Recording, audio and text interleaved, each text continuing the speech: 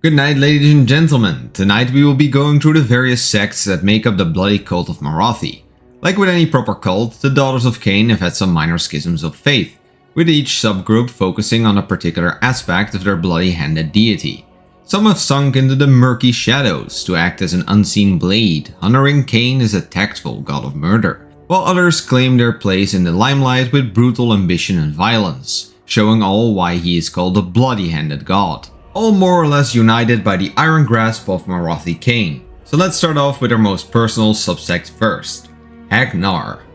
Deep in the shadowy depths of Ulgu, surrounded by the ink-black waters of the penumbral sea, lies a magical island known as the Helleflux. Similar to the vortex found within the Oath One of old, this is a flux of pure magic, and since it is located within Ulgu, it provides a constant flow of shadow magic.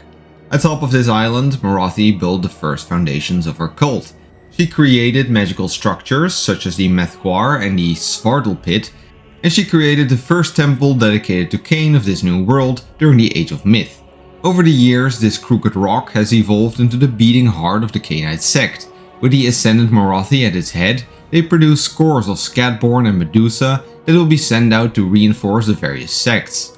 They educate priestesses in all matters of religion, state and magic, and since they are the closest to their patron goddess, they are the first to learn and implement new rituals and spells. For an example, they have replaced the male Khainite statues by those more closely resembling the ascended Morai-Heg Khaine, while this new fact of religion has yet to be implemented in the other cults. In battle, the ranks of Hag Narr are filled with priests, cauldrons of blood and avatars of Khaine. The close ties to the magical center of power lending their priestesses mastery of blood magic like no one else, which is something that they do not just utilize to win victory in combat, but also for bragging rights against their fellow temples, flaunting the favor granted by Morai-Heg in their faces to showcase just how superior the first temple is to everyone else. I've stated before that the Daughters of Khaine are very similar to high school cheerleader clubs, and the more you delve into the lore, the truer this becomes.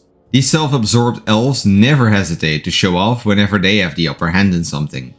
That can also pay off though, as many elves want to belong to the most popular group, and thus the ranks of Hag Narr grow and expand with rapid speed, which in and of itself is a necessity as Morai-Heg relies on this temple a lot.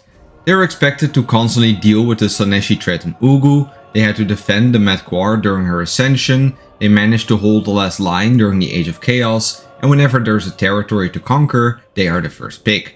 Another reason why they do need to put their money where their mouth is that few temples actually like to help out the Elves of Hag Narr. Most other temples are jealous of their power and status and thus secretly enjoy the failings of the first temple. Again, just like high school, sure they want to win over chaos, but if Hag Narr tears their dress in the process, that would be just all the better. Khailebron. The Khailebron are one of the more well-known subsects of the Daughters of Khaine, yet only by name. Their true purpose and beliefs are hidden beneath multiple layers of smoke and mirrors. See, through the outside world, the Khailebron are a very commercial branch of the Daughters of Khaine. Members can be found in almost any temple city, and even in the cities of Sigmar they are a common occurrence. Here they work as professional dancers, using their skills to create a spectacle of shadow and blades. They perform in high-class establishments, gatherings of nobles, or even in private to anyone who pays well enough. The other temples, however, know the Khailebron as a peculiar subsect that worships Khaine as a god of assassins. Butchering scores of enemies in a dance of blood and gore is nice and all, but to truly please the god of murder, one has to show cunning and stealth as well. Their status as entertainers allows them to easily slip into many otherwise closed events, giving them access to information and victims. Morai-Heg used to utilize them quite often in this role, but in recent times they have fallen out of favor. For starters, they were never much appreciated by their peers, who considered them a cowardly lot. Then comes the fact that no one knows where exactly their base of operations is located or who leads them. But worst of all is the likely presence of Crone Heralds amongst their ranks, those who follow the teachings of Morai-Heg and believe Morai-Heg to be a fraud. In other words, it might be so that the cult specializing in information gathering has gathered a little bit too much information. Morai-Heg has thus sent a bunch of Melusai their way with the task of infiltrating them and reporting back to Hag Narr. Especially Blood Sisters have been sent to them in droves, as the Khailebron greatly value their stealthy combat tactics and thus welcome them into their ranks quite well. The Draichi Ganeth. Inspired by the executioner cult of Hag Narr from Warhammer Fantasy, this subsect specializes in the killing stroke. As Jin would say, your death is the most important, most impactful moment of your life, and thus it deserves to be a work of art. Taking this to heart, these cultists spend their entire lives trying to show Khaine the most beautiful acts of decapitation possible. In fact, they are so obsessed with this that their entire temple is built to facilitate it. Somewhere in the rocky wastes of Thwarthorn, located in northern Ulgu, there's a massive arena tower. It's a bit like Delicious in Dungeon, with each floor being a unique environment filled with special challenges and exotic enemies. But of course they wouldn't be real Daughters of Khaine if vanity didn't start to play a role in this, and thus quite some of them eventually look for a career as a professional pit fighter. They travel far and wide to look for the best place to hone their craft, basically selecting the perfect stage for their crimson play. And as a result, many cities of Sigmar have some MME celebrities of the Draichi Ganeth fighting in their arenas. The Craich. The Craich are probably the only sect that cares very little about all the pissing contests and beauty pageants of the other temples. Called the Crimson Cult by the other sects, the Craich are purists who take Khaine's status as the god of murder extremely literal. The more people you kill, no matter how, the more devout of a follower you are. Like the Khailebron, they like to lace their weapons in poison, but instead of using it for cunning ends, they just want to make sure that anything they hit is most likely to die after. Like the Draichi Ganeth, they're experts at killing foes quickly. Not because they revere the killing blow, but because it means they can kill more people in a shorter amount of time. Like Hag Narr, they are a common sight near Dawnbringer crusades, but here too this is not to establish a good relationship with the other forces of order. No, it's much more pragmatic. Dawnbringer crusades are like lambs to moths for the forces of chaos and destruction, so being near them provides a constant stream of enemies to butcher. It may come as no surprise to you that the Craich are filled with Sisters of Slaughter. Not exclusively, mind you, but there are more sisters in the subsect than anywhere else. The Craich furthermore consider the battlefield Khaine's only real place of worship, and thus they refuse to have temples or cities. Instead they travel like nomads, constantly looking for fresh meat or even acting as mercenaries to other temples. I mean, a girl has to get her supplies of metal and poison somehow, am I right? Zainthar Kai. The Zainthar Kai is a rather unique temple made up almost entirely of Scatborn warriors. The Saints of Blood, as they are called, used to be an organization of secret spec ops that remained hidden in the darkest caves of Ulgu, guarding against the hidden Slaaneshi threats and responding in times of dire need. Since the existence of the Melusai was kept a secret as much as possible before Morathi's ascension, this temple was forced to operate from the shadows.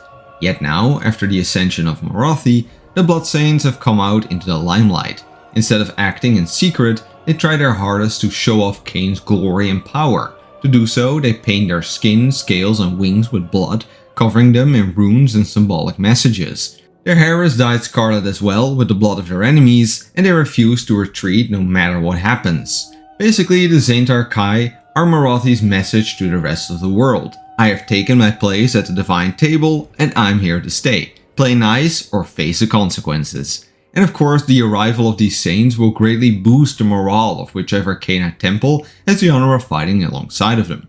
The Blood Saints nowadays still do not live in a traditional temple city, but instead they have made their home in the dark ruins of Neftal. This used to be a temple city, but it was destroyed at the culmination of the Cathar Duel, the massive war between the forces of Khaine and Slaanesh during the Age of Chaos. During this event, the dreaded Luxius was brought to his knees by the Khainites and banished, but Morathi fears that he might one day return, and as such her elite force has made their home here, permanently guarding the ruins for signs of his return. The Keld Nar. The final cult proper is the Keld Nar. They were founded a very long time ago by Morathi herself, who ordered the construction of a temple upon the mountain Rothor. This mountain was filled with special shadow-infused metal ore that could be extracted by those with enough knowledge and skill. The weaponsmiths of the temple, now known as the Iron Shard, eventually managed and created a new metal called Kurath. This metal has an innate poisonous quality that curses anyone who is cut by it with dementia, Parkinson's and Alzheimer's all at once. Their veins turn black, their mind is filled with fog, and they rapidly start to become confused. The quick onset of this dazed state makes Kurath weapons very deadly, as even a small cut can render any opponent helpless against a follow-up attack. As a result, the forces of Chaos have spent ample force trying to conquer Ironshard, hoping to claim the cursed metal for their own nefarious purposes, but to the great pride of Keld Nar, they have never succeeded. The casualties have been enormous, but Keld Nar still stands. In recent times, Keld Nar has become extremely aggressive and expansionistic. The time of chaos is at an end during the Age of Sigmar, and thus now is the time to enact bloody revenge for all those who died in Ironshard during the many defensive battles. The Crone Heralds. Now, these are not listed as a sub-faction in the battle tome or anything, but they have recently made their appearance in the 5th Dawnbringer's book and will probably become more important as time goes on. Rebellion against Morathi's rule in and of itself is nothing new. Already in the first novel released about them, there were rumors of Crone Heralds leading a small seditionist branch. Then there were the rumors of the Khailebron temple learning about Morathi's lies. Oh, and of course, all the cult members that Morathi personally screwed over with her various schemes. During her ascension, however, Morathi accidentally released some shards of elven gods that were long believed to be dead. One of these was Morai-Heg, and this goddess found a potent ally in the crone seer Kretusa. This fangirl had dreamed about Morai-Heg all her life and even went as far as to sacrifice her eyesight to bind a cursed circlet of her goddess to herself. When Morai-Heg was released, Kretusa became empowered and turned into a saint-like figure that seeks to twist the strands of fate to the betterment of elvenkind. Considering that many of her actions negatively impact Morathi and her followers, the disgruntled members of the cult have been flocking to her en masse. And so a cult of considerable size was born, which follows the prophecies of Kretusa and opposes the rule of the false goddess Morathi. Morathi herself has tried to shut them down by sending Scatborn to deal with them. None of these have returned and the cult is still around, so Morathi has in recent times become more hesitant in dealing with them.